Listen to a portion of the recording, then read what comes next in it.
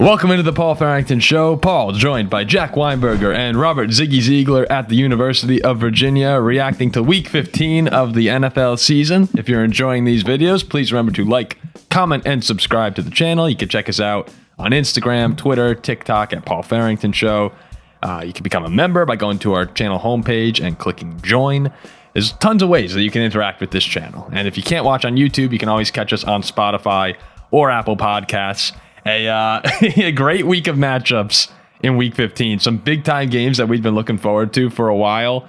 Unfortunately for Jack, his Steelers couldn't pull off the, 60 years in a row now? Not in a row, but 60 years. Haven't won in Philly since 1965. Yeah, unbelievable. So, I'm not surprised, but I did come in my festive Christmas outfit today. I have matching. You look very festive. I have matching pants, too, as you can see, Paul, but unfortunately, you can't, Ziggy. Yeah, Ziggy. Jack walks down to my basement, literally just with this from head to toe, and then he's barefoot too. So I was like, "Did you drive barefoot?" Just with that? So that. Literally, Jack is in this exact same shirt. I didn't wear shoes. I just hopped in the car.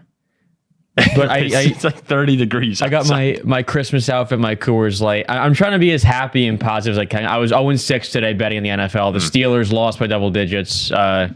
Bad all around. So I'm just trying to, manifest happiness here. I had a Christmas party in New York last night, so I'm just water. I'm recovering today. I'm realizing, Ziggy, as the clock, changes now, I'm go from 22, 26. Like I can just tell a difference in my drinking alcohol recovery the next day. I'm starting to actually feel that difference. I don't think any fan wants to hear about this. I bet most fans are probably sitting back going like, yeah, dude, just wait till you hit 30, wait till you hit XYZ age. I'm starting to finally feel the age effects. Yeah, I didn't want to come yesterday. But 48-42, the Bills beat the Lions. And I was laughing with Jack before we started this up, Ziggy, that the Bills casually just dropped 48 points today. And we're all acting like it's just a normal game from them, which it's sort of becoming normal to see Josh Allen do these unbelievable things. He goes for 362, 2 touchdowns. On the ground, he has another 2 touchdowns and 70 yards.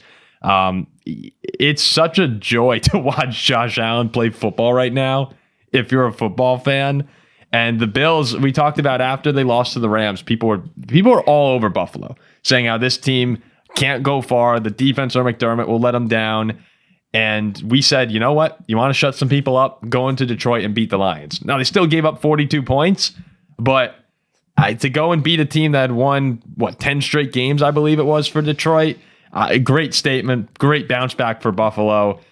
I think that their fans, this is who they are. Their defense is okay, but when you have Josh Allen playing like this, you have to be expecting Super Bowl. That has to be the expectation. Yeah, I mean, holy mother of pearl. I was watching the Steelers and the Eagles mostly, and I was flipping, a little bit to the Lions Bills, and I turned it on. The first time I turned it on, it was 35-14. Like, this was a statement to go into Detroit. They had a 21-point lead, which kind of seemed like it came right off the bat. It ended up being 48-42, I know that. But this game was wrapped up with a few minutes left to go in the fourth quarter. I mean, Buffalo went in there. I thought Detroit was going to score on pretty much every possession. It was the opposite. It was Buffalo and up and down the field. And they just looked absolutely unstoppable. Second week in a row now, Josh Allen does this. You would think after playing a primetime game in LA and doing what he did offensively, it's hard to go and do that again in Detroit. He was amazing. And not even Patrick Mahomes has done something like this back-to-back weeks. This is a scary, scary, scary team. Yeah, I mean, past 2 weeks on the road against pretty good teams, 5 touchdown passes, 5 rushing touchdowns, 2 40-plus point games. I mean, the MVP race is just over, right? We don't have to hear this garbage about Saquon Barkley or Lamar Jackson. Or even Joe Burrow right now. Yeah, it's Josh Allen all the way. He's clearly been the best player this season. And I think, going into the season, the big question for this Bills team was Josh Allen was going to be asked to do more than ever before. And you saw Stephon Diggs talking on Twitter before the season, right? I made Josh Allen. He needs me a lot more than I need him. The defense didn't look good. They didn't have any weapons. People were wondering where was the production going to come from. Josh Allen is just a one-man offense, more than any other player in the NFL. more than really any other player I can remember. Like, you just put Josh Allen on your team. Peyton Manning was like this in a very different way. You just like put Josh Allen at the quarterback position and you have an elite offense. It is that simple. Yep. Doesn't matter who's around him. Doesn't matter who the coaches are. Doesn't matter who gets injured. As long as you've got him, you can play any game and outscore any team. He proved tonight, going up against the red hot Lions, he can do that. And this is such a big game for Buffalo because, as we stated last week, look at the road trips Buffalo has taken to these good teams all throughout the season. Houston, Baltimore, the Rams. They've lost all those games on the road, only 4-3 away from Highmark Stadium before today. And this was a kind of like get that monkey off your back type of game. You can go on the road against one of the NFL's elite and get it done. It's funny. I actually, as we were sitting here talking about the Rams game, Josh was so good in that game that in my head, I was thinking they won. I forgot they lost. I keep forgetting that they actually lost that I forgot game. they lost that game. Usually when your quarterback has three rushing and 3 passing touchdowns, you'll win that game if you're putting up over 40 points. Every time a quarterback's had 3 passing and 3 rushing touchdowns, they've lost the game. Because it's happened once. Yeah.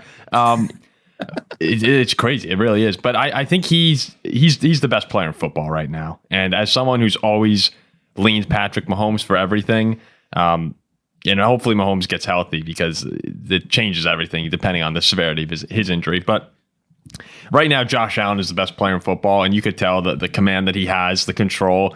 It looks like he's playing in slow motion half the times, where he'll roll out of the pocket, and he'll have some defender, some lineman like crashing down on him. We'll do a little sidestep, defender will fall down, and he's just kind of standing right by the sideline. We'll launch it 50 yards downfield. Like, everything seems to be coming so easy, and he just looks in complete control of the game, where whoever goes into Buffalo in the playoffs, you're going to have to outscore them. And I think that's kind of how you beat the Lions, too. You're just going to have to outscore them because the offenses are going to be unstoppable.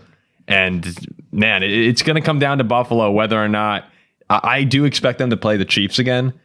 And will the Chiefs have that moment in the playoffs like they usually do where they turn it up and get the big stop when they need to? It's just a waiting game now, it feels like, for another classic game. Yeah, I could see that divisional round now, Buffalo and Pittsburgh, like 61-9. The spread's like 52.5, and Buffalo covers it. It feels weird to talk about this in a game where the Bills defense gave up 42 points, but I think one thing that's going to go missed is that a lot of key players on the Bills defense had their best game of the season this week. Particularly, I'm thinking of Ed Oliver and Greg Rousseau on the defensive line. Like, in order to compete in the AFC, as you talked about Patrick Mahomes and the rest of the offenses you need to play, you need your defensive line to be able to step up. Obviously, things weren't perfect. They gave up 42 points to the Lions. But I think if you're a Bills fan, you should be pleased that some of the biggest disappointing players you've had this year. I mean, everybody's been on Ed Oliver all year. Everybody's been waiting for Greg Rousseau to break out ever since he's been drafted. Having a really good game and making critical plays in a huge moment. I mean, this wasn't a game the Bills really needed to win, right? Like, they're not getting the 1 seed. The Chiefs are 13-1. I think it's very unlikely they get it, even with the schedule difference. Like, they could have said, look, we've clinched the division. We're probably not beating the Bills, and just not played their best football. To have those guys hear all that noise, come out and play really, really well. No one's going to be talking about this because the Lions put up 42 and that's all you're going to see. But a lot of Bills players on defense had their best game of the year today. Also, I mean, you look at the final score and it'll say 48-42, but Buffalo, at least to me, was like, this was their game the entire way. I mean, they were up. You're right, Jack. It was 21-7. It was 35-14. It was 38-28. I never really felt like Detroit was going to win this game. No, they were down double digits most of the game. I felt like Buffalo's defense, for the most part, despite the final score being 42 for the Lions, Buffalo's defense was okay, or better than what most people are going to say it was. Mm-hmm. I get that as well. As far as Detroit goes now, we'll get to a bunch of different things, but the defensive injuries are really starting to show for Detroit. And I get that they were playing the Packers last week. They were playing Buffalo this week, 2 of the best offenses in football. But you've seen now, 6 straight quarters where they've just been eviscerated.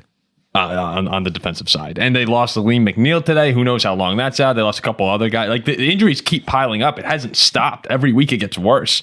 And I'm starting to wonder, okay, how much can they actually sustain here? How much longer can this really go on? They couldn't stop Buffalo today. Listen to these drives. This is every single Bills drive today. The result: touchdown, touchdown, touchdown, missed field goal. That's when they were on the 3-yard line. End of half, touchdown, punt, touchdown, field goal, end of game. So they stopped him once. They stopped him once. They legitimately stopped him one time. The other one was the missed field goal. Yeah, and I've been a huge Lions guy this entire way through. I had the Lions today on the money line. One of my 6 losses. And they've been starting to hear it. These last couple of weeks, there's chinks in the armor. Maybe they're not this super team, blah, blah, blah. And I was still on their side. And today to get waxed at home like that, and now you got the same record as Philly.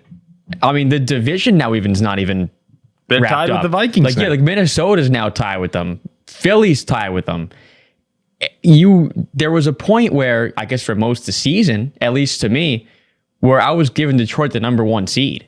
And now they could still play road games in the playoffs at this point. Oh, it changes everything. All their games on the road. I mean, something like this, especially after the last couple of weeks where you're beating the Bears close, beating the Packers game-winning field goal, people are talking a little bit.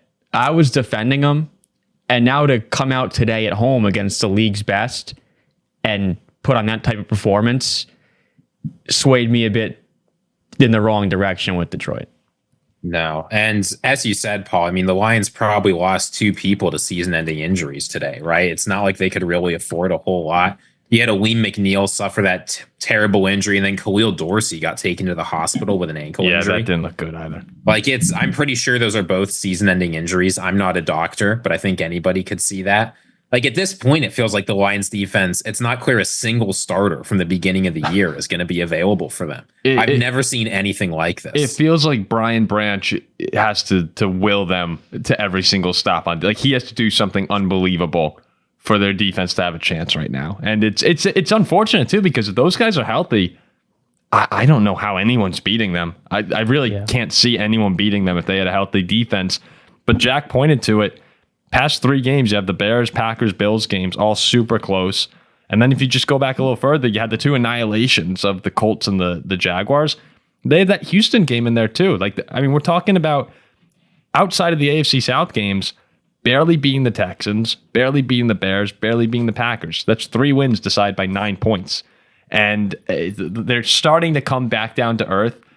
The good news for Lions fans is the offense is still healthy. It's amazing how it's all on one side of the ball, but the offense is still healthy, and I think they can go toe-to-toe and outscore. Look, if they're in a shootout against Philly or Minnesota or Green Bay in the playoffs, they can still do it, but at some point, you do need a stop in there, and I'm not sure if it's going to work out. Well, that's the thing. It's you can't really write off Detroit because they could beat anybody just by scoring 1 million points and beating them like that.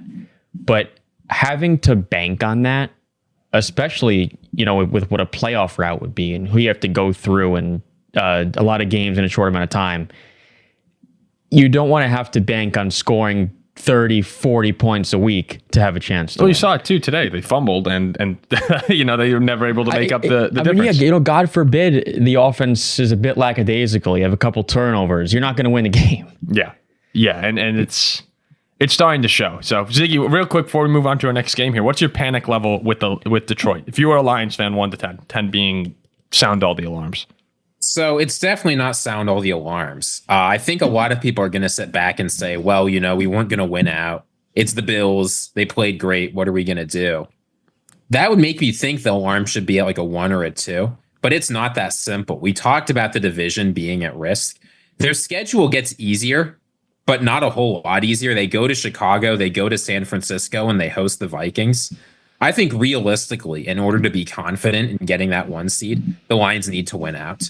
And in order to win the division, the Lions need to win one of those games plus beat the Vikings. So my panic level is at a 5, because I think if like I agree with what Jack said. If you have to go on the road, if you're stuck at the 5 seed, which it feels crazy to talk about for a 12-2 team, but it is a real possibility if they can't beat Minnesota at home. And we've seen what Sam Darnold can do. I mean, when he's clicking, he's basically Josh Allen. The best in the league. Okay, not really, but our offense can be good. It's possible to beat them. We were close when the Lions were a lot healthier. The Lions really, they can't afford to take a week off. They need to crush Chicago. They need to crush San Francisco, and then they need to be ready to beat the Vikings. They can do that. They're still one of the best teams, but just because of the division they're in, I've got to put the panic level at like a 5. Okay. Yeah, I'd probably put it right around there too. They're still in good shape, by the way, 4 to win the division, because at this point in time, the Vikings go to Seattle. They have Chicago. The Vikings will probably lose to the Bears now. Now that the door's been opened, we'll lose to the Bears. But we also have Green Bay. Couple tough games for the Vikings. So if Detroit's able to win their next 2, in all likelihood, they're comfortable going into. They could even have it locked up going into that Week 18 game against the Vikings. So we'll just have to see how it unfolds. The other big game of the day that we were looking forward to was Jack's Steelers heading to Philadelphia, where they lost 27-13 to the Eagles, and it was really funny, Ziggy. At the same time, I got a text from Jack that was just talking, or we got a text from Jack that was talking about all that black magic that the Steelers have happened for them in Acrisure Stadium. Can you stop saying, please say Heinz Field? It's Acrisure Stadium. I'm walking out of the set. Just can you please say Heinz Field? In Pittsburgh. I'll say in Pittsburgh. No. In Heinz Field. That starts to make me angry now. In Heinz Field. Can you say Heinz Field? All right, thank you. All the black magic that happens in Heinz Field for the Steelers was going against them in Lincoln Financial today. And at the same time that we got that text, my dad went, wow, man, all of the plays the Steelers normally get are going against them today. Like, the Eagles are getting all those crazy bounces, and I think everyone watching could see that during the game. Yeah, I mean, I'm watching this, and again, I'm not surprised. Like I was saying all week that this is a game that we're not gonna win. We haven't won in Philly since 1965. The last 3 times I've seen us go in there, including one Super Bowl year, we went in there and got blown out. Like we just get murdered inside of that building. I was impressed being down 17-3. Me too. That we were able to come back and, had the ball at the Eagles 20 with a chance to tie it before that Najee fumble. But I'm just watching this game and it's like, we're driving, we get a tripping penalty. Or the Eagles make a field goal on 4th and 2 and Pittsburgh roughs the long snapper. Which that was, I think, the first time I've ever seen that penalty in the NFL was roughing a long snapper. No, I've seen it a couple times. See, people were telling me that the Bears didn't commit that penalty, or the Packers didn't commit that penalty against the Bears, and like a few weeks ago, and there's no penalty for roughing the long snapper in the NFL. I mean, I didn't Apparently think there was. was. When the Steelers played the Eagles. Yeah, but then you have Najee fumbling and just key moments, and the things that usually the breaks we get in Pittsburgh is exactly what was going against us in Philly. And there's just some home fields and some crowds and some advantages. And, I take pride. I'm happy that Pittsburgh is one of those where you walk into a stadium and you are shocked if you walk out with a win. And Philadelphia is one of those places. And especially for us, I will say, though, I thought this could have been worse. No George Pickens is a problem. But Philadelphia is also just a better team. I mean, there was a million occasions it was 3rd and long and AJ Brown's wide open. Devontae Smith is wide open. It was, even if we had tied the game at 20, I couldn't have seen us like getting another stop and scoring again. And it was going to be a hard game to win. Oh, at least when I'm watching, Jack, and I haven't looked at the numbers on this, but at least when I'm watching the games, Jalen Hurts is like the best 3rd down quarterback I've ever seen in my life. For specifically the plays that I am watching the television, because the dude will either, run for 15 yards, he'll set up a 4th and 1, he'll hit someone wide open every single time. I remember watching the Packer game week 1, and he was insane. It's like a third, I don't know. I'm sure that they're not that great on 3rd down, but I just feel that way whenever I watch the Eagles. You want some good news though? Let me hear it. TJ Watt just rolled his ankle. Oh, I mean, X-ray came back negative. It did look very, very bad at first. X-ray came back negative, but they got to play in Baltimore on Saturday. He might not be healthy for that. But if he's out for the season, the year's over. We're gonna lose in Baltimore regardless if he plays or not. Probably. I just probably. But like if TJ Watt's over, I mean, you texted, you said it's over. If he's out for the year. I thought he was out for the year. And it looked like he may have. You didn't see the pop of the Achilles that you normally see, but everything else looked like an Achilles injury. When that happened, I was, oh, you gotta be kidding me. We saw everything except the injury to the Achilles. yeah. I mean, did it? Come on, it looked like an Achilles injury. It looked really bad. No doubt about it. But you know how you knew that like the Steelers black magic was turned against them? So George Pickens gets away with all sorts of crap during games, right? Darius Slay, like he punched Darnell Washington in the face 3 times against a ref. No flag, right in front of a ref, and no there were flag. 2 flags that's on the kind us. of thing the Steelers get away with. And there were 2 penalties on us on that play. Yeah. Like that was a chance to go up 7-3 early. But it was a 15-yard penalty, moves us back. Yeah, I know exactly what you're talking about. Jack, does this concern you at all with the Steelers when you're thinking about their expectations for the season? I know you've been quite bullish on them compared to most media personalities. Not at all. No? No. So I mean, I strictly believe that 90% of this was playing this game in Philadelphia. No, but what I'm saying is when you're talking about the Steelers' expectations for this season, the loss today, you're probably at best going to be a 3 seed if you even win the division. But let's assume you win the division because otherwise we know you're probably not going on a big run. Yeah. But if you win the division, okay, you're probably going to get a Baltimore team, maybe Baltimore or the Chargers in the first round. Probably comfortable in your home stadium. I know I would be more uncomfortable with the Ravens, but you understand what happens when they go to Heinz Field. Usually you win. But going on the road and playing like a Buffalo or a Kansas City, does a game like today make you feel maybe we're not one of those top dogs? I think it limits our ceiling, but that's something I already knew. Like I do believe if we're hosting anybody, we're good enough to go and win that game. But you talk going on the road, like something in a big moment is going to go wrong. It's tough to play with teams like that on the road for 60 minutes. I mean, yeah, I could see us getting the divisional round and going on the road to Buffalo, but there's not a chance there. If we hosted them, maybe. Like, I don't think we're that much worse than all these teams. I just think there's a massive difference when Pittsburgh is playing on the road versus playing at home. Okay. So I think the ceiling to me is a divisional round on the road against a team like Buffalo. The response from Jalen Hurts after a week where... But you know this. I knew this, This was so obvious. I knew this was this. AJ Brown's coming out party, and it was so obvious. So obvious. Well, the thing is, Jack, is just like there's so many times when you give crazy takes, and so many times you give crazy takes about the Steelers. It's very strange to see you sitting back here and like accurately assessing the state of the Pittsburgh Steelers. That's tough to believe that you can do that. Well, I think that's Jack. why we're taking I think actually for all the crap that Jack gets on this show, when Jack for the past few weeks talking about the Steelers, the most ridiculous thing he'll do is put them at number 2 in his power rankings or whatever. But if you actually went game by game this season and listened to Jack talk about the Steelers, oh yeah, he's pretty much right every time. You know, he said they were going to lose in Cleveland. He said they were going to lose to the Eagles. So for all the delusional things that Jack may say, usually it doesn't wind up being that delusional. I've watched the Steelers play for 25 years. Oh yeah, I know. So I know exactly what happens to us. Exactly what's going to happen. Yeah. Week by week. So next week is a loss. Next week we will lose in Baltimore. But you know what's going to happen? That'll be we'll be up like 16-13 and they'll score late and win by 4. Okay. So any Steelers fans who are wondering, Ravens. The Ravens are minus 4.5 right now, right? So what's going to happen is they'll win like 20-16. It'll be a dogfight the whole way through. Baltimore will win close, not cover. That's exactly what will happen. So on the other side, for the Eagles, of course, the whole week with Jalen Hurts, AJ Brown, Brandon Graham said that they weren't friends, and then they made up. You know, it's like high school drama in Philadelphia this week. Of course, Jalen Hurts comes out. What was he, like 12 for his first 13 passes? Like 200 yards in the first half. JPJ is just, that's the thing too. It's like the Pittsburgh secondary against teams like this, especially when we're playing on the road. It's not good. Yeah. JPJ was no match for AJ Brown. Devontae Smith, he was open at will. It was too much. Smith and Brown, they combined for 220 yards and 2 touchdowns on 19 catches. Jalen Hurts goes for 290 and 2 touchdowns, 25 for 32.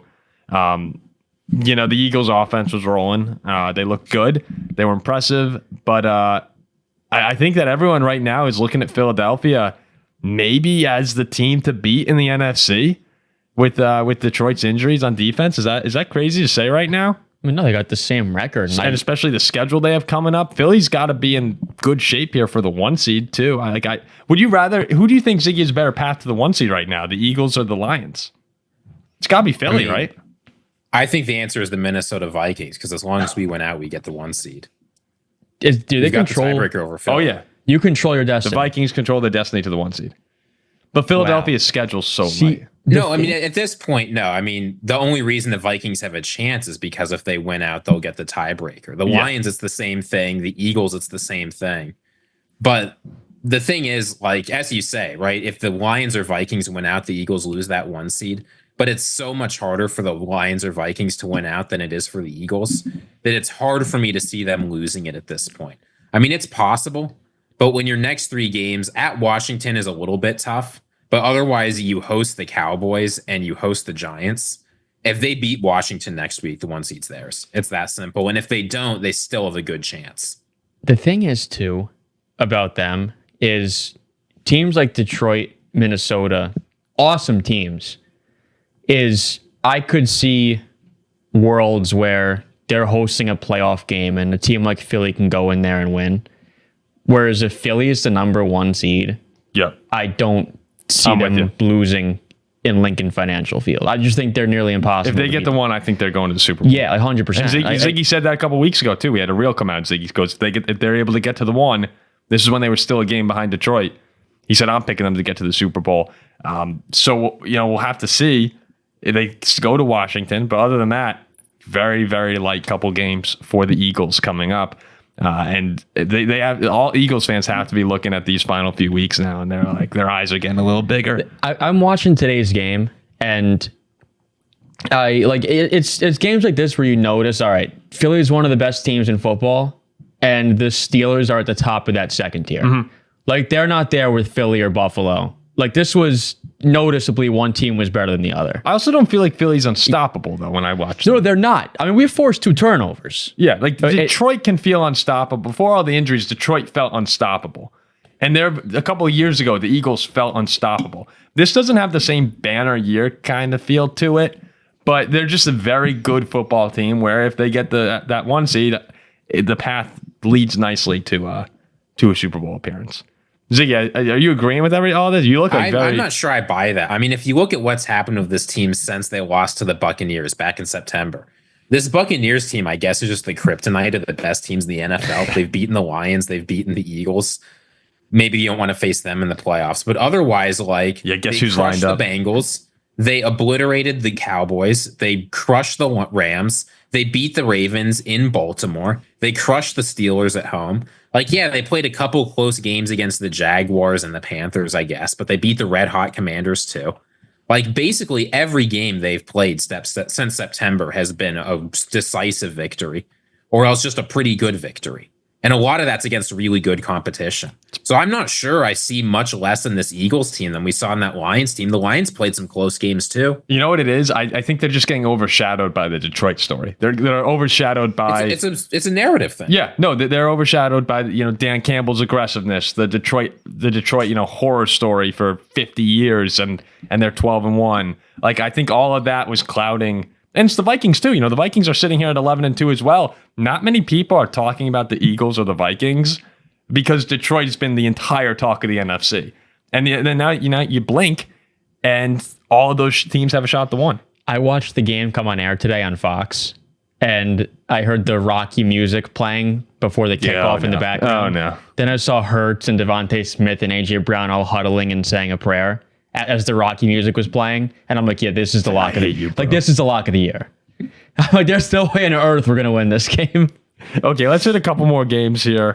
This is the Sunday night game. We're recording this before the start of the Sunday night game, so we'll get going over to watch the Packers and the Seahawks. Yeah, well, that's gonna have its own video. Yeah, that'll have a video coming out a little later tonight. That'll be you too, obviously. Again, if you're enjoying these videos, please remember to like, comment, and subscribe. If you like our take so far, leave a comment about which one's the best, which one is the worst, who you think is going to get the 1 seed, and of course, subscribing is the best way you can help us out. We appreciate everyone who has subscribed. Another huge game. Thank you. Another I'm always huge one game to do this. Yeah, Ziggy's very good at the CTAs, but I'm getting better. I'm improving. Episode 300 of our show, I'll learn. The Broncos and the Colts had a big game today, especially when you look at the standings for that AFC 7 seed race. Kind of crazy to think that the Colts were still in it, given the season they've had. Not a recognizable year for the Colts, but somehow they were still there in the race for the 7 seed. And it all changed. The whole game changed today on the Jonathan Taylor touchdown run, where, I don't know, did you guys see that? Taylor runs into the end zone. They go up, was 27 at the time. I was shocked because I thought, I didn't see that. You got to watch this. It's the classic NFL celebration. That happened. He dropped the ball. That happened in Tennessee today too, didn't it? The fumble return touchdown. That was slightly different.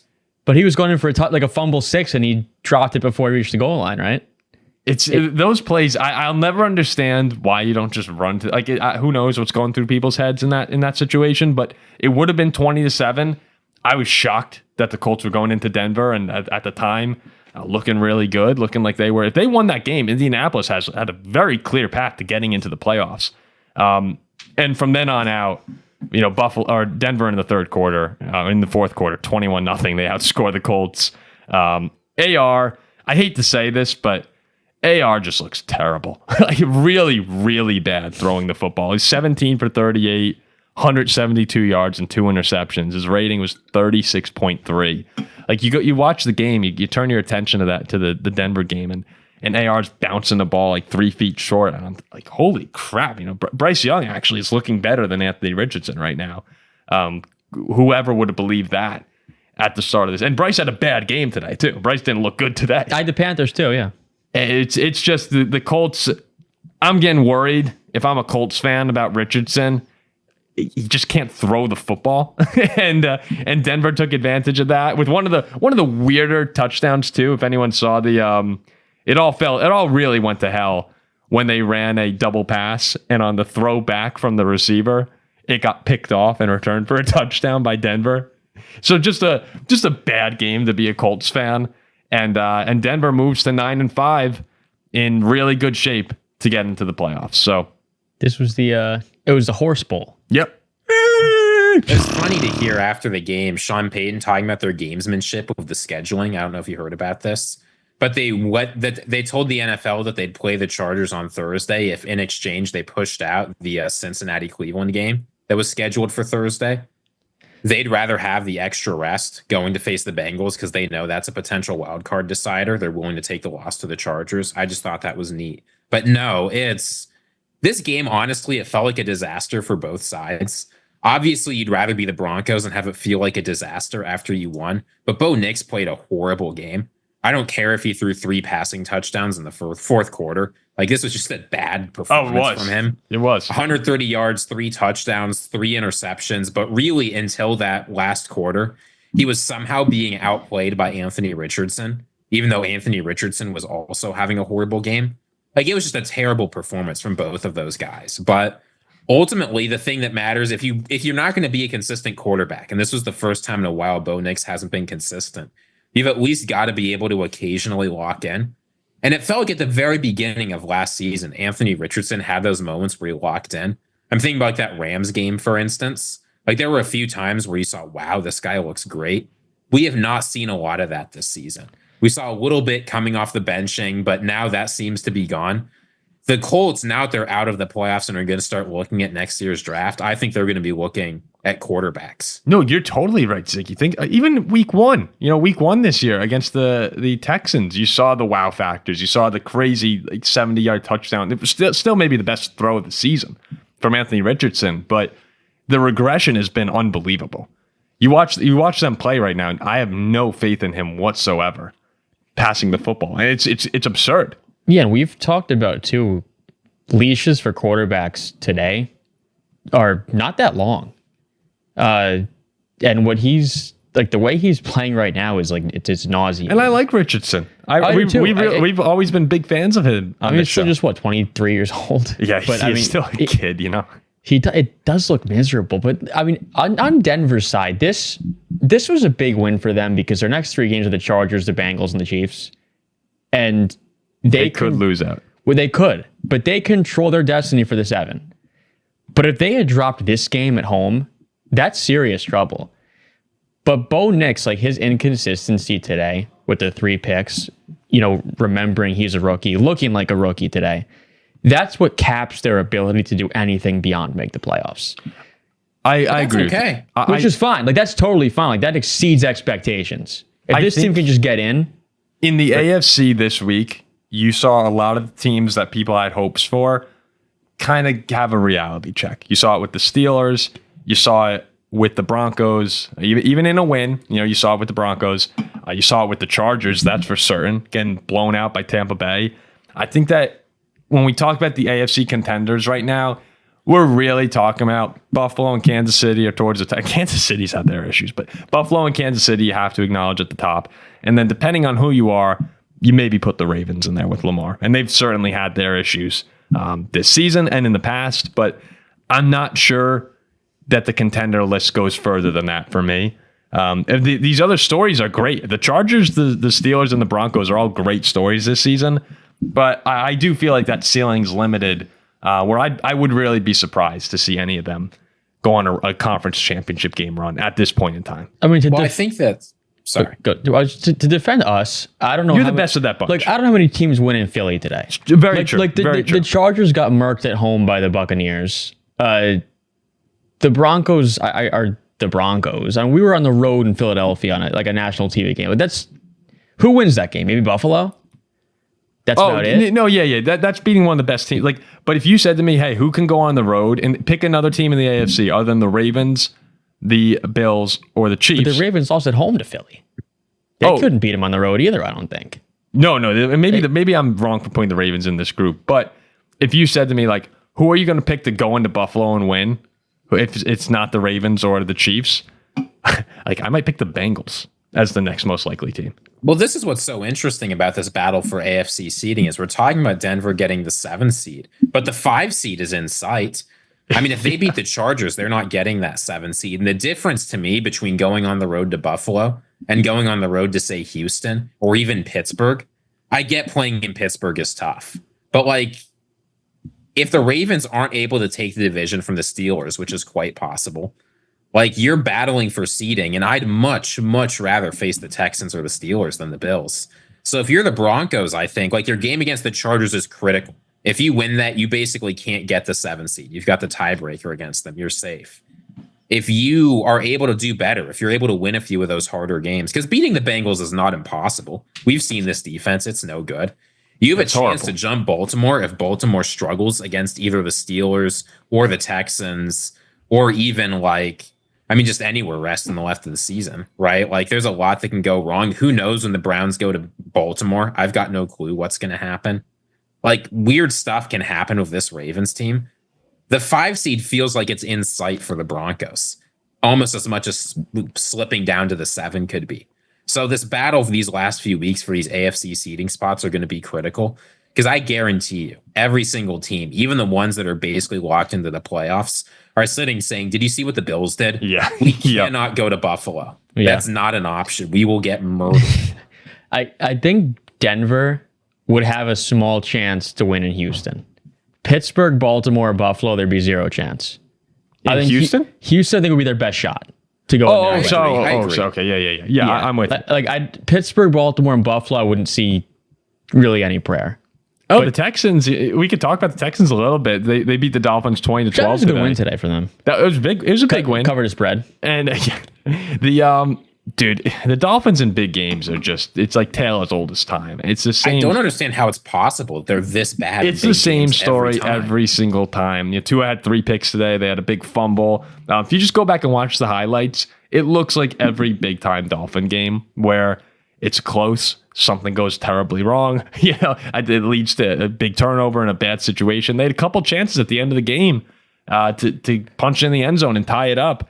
And Tua just kept throwing interceptions, and then they couldn't find a way, and they moved to 6-8 on the season now. And it sucks because I like watching the Dolphins play. We're kind of, producer Zach's a Dolphins fan. We talk about my Uncle Tommy being a Dolphins fan, but in these big moments, Tua just never is able to really step up. The only time we really saw it was against the Bills this year when the defense immediately crumbled right after. So I think that the Dolphins' long-term potential right now.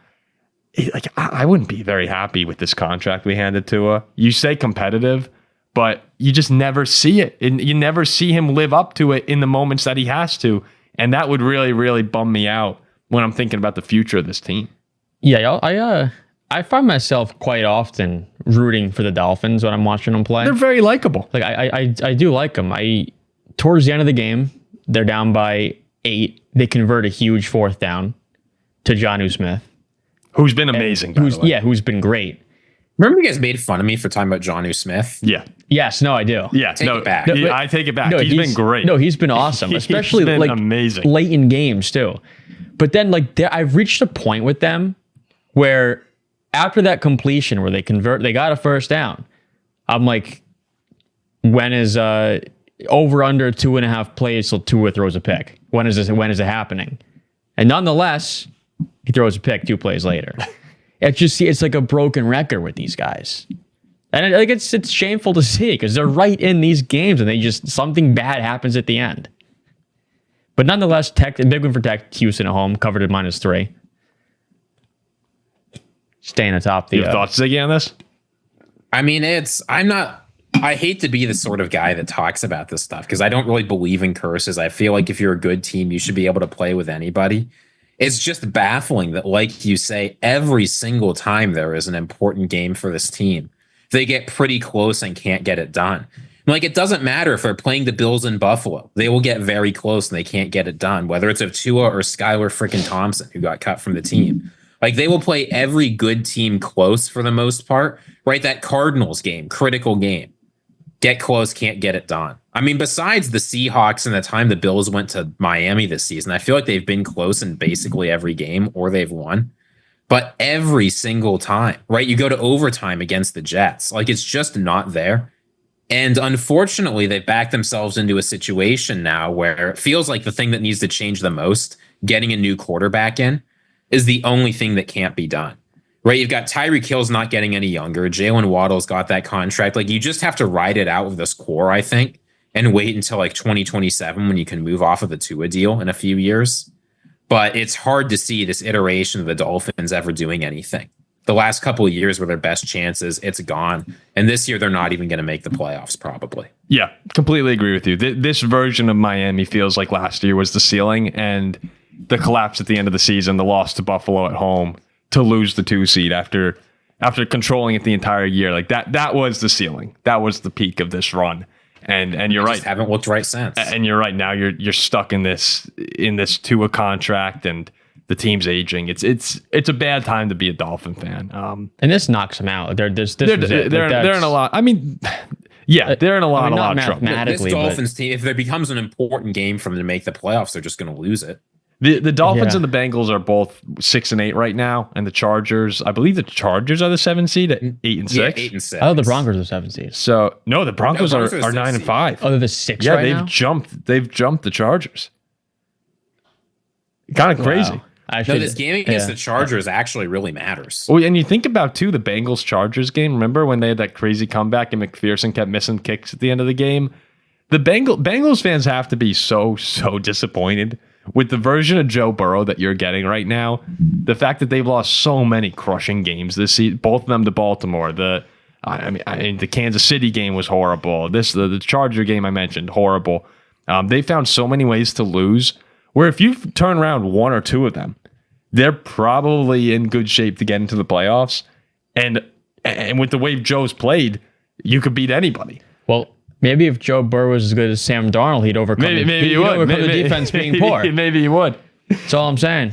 Real quick, because I know we do have Texans fans who listen to this show, and we haven't really hit Houston as much as we did last year. It's just different. Last year was so exciting with them, watching them play, the emergence of Stroud, and right now, they're 9-5. It's a good record. They're going to win the division, but it still feels like that excitement, that energy that was there last year isn't there this season. But they're going to host. Wally's exciting. Yeah. His sister, had some great moments for Notre Dame that we'll always remember from our time there. But I look at Houston right now. They're going to host a playoff game. I do think that they're vulnerable to get upset in that first round, but at the end of the day, you're going to need CJ Stroud to be a little bit better than he's been most of the year. And Nico Collins being back changes everything because he's one of the best receivers in football. But I just feel like the ceiling for Houston is going to be capped at a divisional round again this season.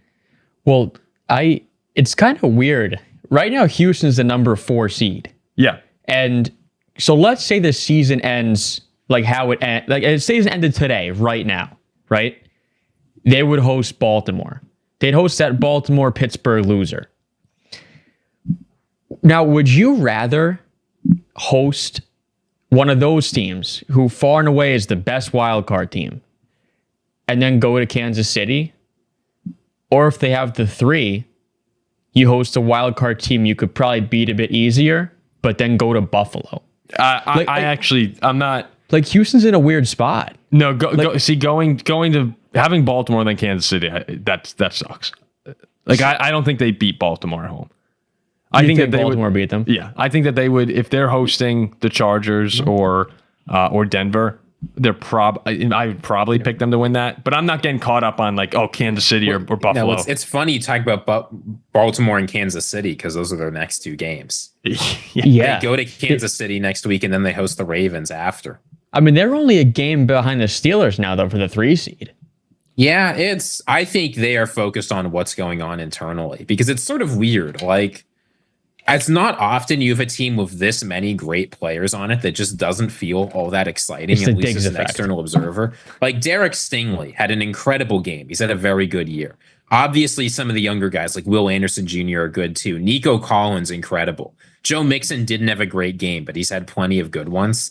Like, there are a lot of really exciting people on this team, but I think you're right, Paul. The player who really matters and the guy who needs to reclaim some of his older form, which is weird to say about a second-year player, is CJ Stroud. I mean, he's played all right, but if you look at what he's done the past few weeks, he threw for 130 yards against the Dolphins. He had an okay game against the Jaguars, and he had a mediocre game against the Titans. Like, not exactly the best teams in the AFC. And when he's on, we know he can be good. We've seen him play really, really well. We saw him obliterate the Browns in the playoffs last year. Like, this guy can play great football, but we haven't seen much of that this year. We haven't seen the superstar. It feels like the hope coming into this year, the reason Texans fans were so excited was they said if like CJ Stroud can just take that next step, that'll be huge. But the step from like decent player to star is so much easier to take than the step from star to superstar. I think expectations just got out of control a little bit too quickly. Now, look, he can still play good football. There's still a chance he finds his form near the end of the season against some good opponents, turns it on, and they're a real threat in the playoffs. But while I haven't been worried about what I've seen from them this year, it's too early to appoint him the Texans, the next superstar and the next like elite dynasty in the AFC South. We got to see more from him. Well, that's the thing. Record-wise, I'm not saying how Stroud and them look. Record-wise, right now at this point in the season, this is a pretty similar team to last year, right? But in a lot of ways, it feels similar to last year. The defense is a little bit better. The offense is a little bit worse, but otherwise it's kind of the same. Right, but the only difference is last year was no expectations. So it didn't take a lot to exceed those. Stroud also had more moments, I thought, last year where I went, wow. Wow, he's going to take over. But talking about the spot they're in, being 9-5, being the current 4 seed, it was the same exact thing as last year.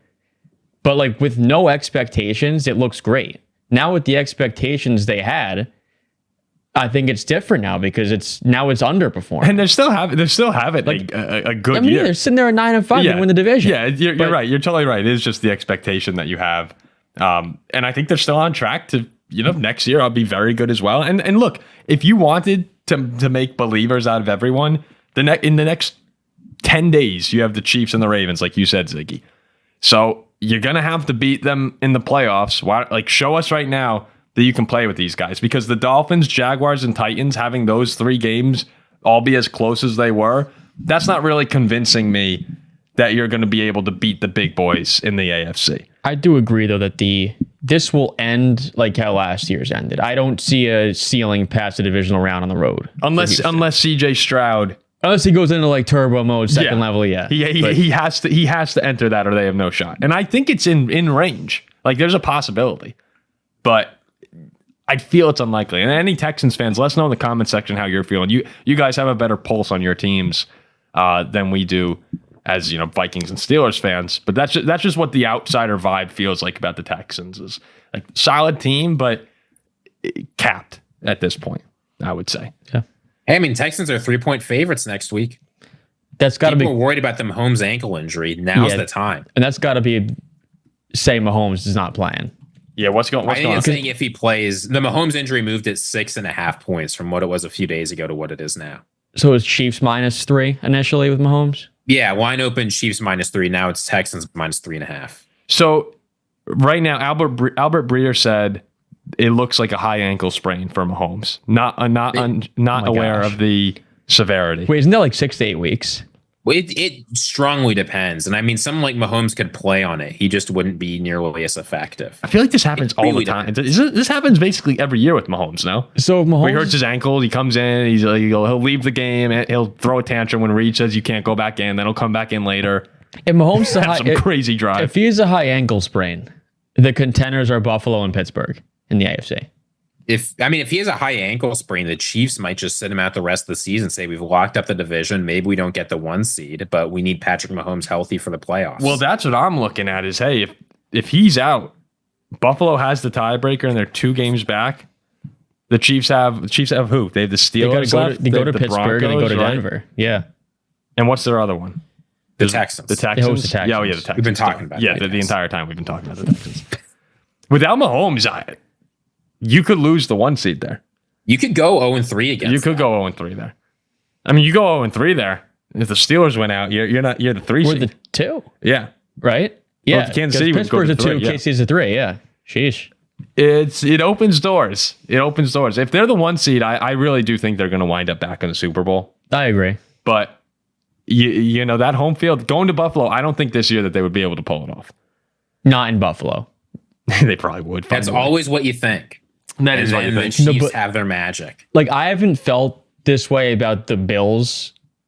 Like, this is the first time I felt about the Bills that I have. That's how teams like the Bills get you. Listen, that's how Bills teams get you. Yeah, I know you guys well. This is what you're saying now. If we really get to that point where it's the AFC Conference Championship and it's the Chiefs heading to Buffalo, I'd pick the Bills. You're going to realize what you're predicting. You're predicting the Buffalo Bills to defeat Patrick Mahomes and the Kansas City Chiefs to go to the Super Bowl. And you're going to change your prediction. I won't, right? Because stuff like that doesn't affect me much. But I don't think you realize what you're saying right now. No, I'll pick the Bills. I think the Bills are 10 times better than the Chiefs right now. Yeah, that'll be one where we'll come on afterwards and we'll be like, yep, you're right, Ziggy. Should have seen it coming. Yes. I don't know how we missed it. If that happens, Tale as old as time. If that happens, I will admit my faults. All right, we'll wrap it up here. And Ziggy and I will be back with the reaction to the Packers and the Seahawks. We'll have more. There are a couple other games that I'd like to hit on in our reaction show, our second recap show tomorrow. Tampa Bay was amazing today. Like the Vikings are lined up to play them right now, and with the way Baker's looked, that's a scary matchup. That's a scary matchup to me, Ziggy. But the only thing I care about is Mike Evans getting his 1,000 yards. The first ballot Hall of Famer? That's what they said today on the broadcast. First ballot Hall of Famer, Mike Evans. He should be possibly. Right. He should be right. He very well could. Yeah, 100%. He's been so good for so long. I mean, he got Johnny Manziel drafted in the first round. He did. All right, we'll be back with more Week 15 recap. Thanks again for everyone who listened. Like, comment, subscribe. See you next time.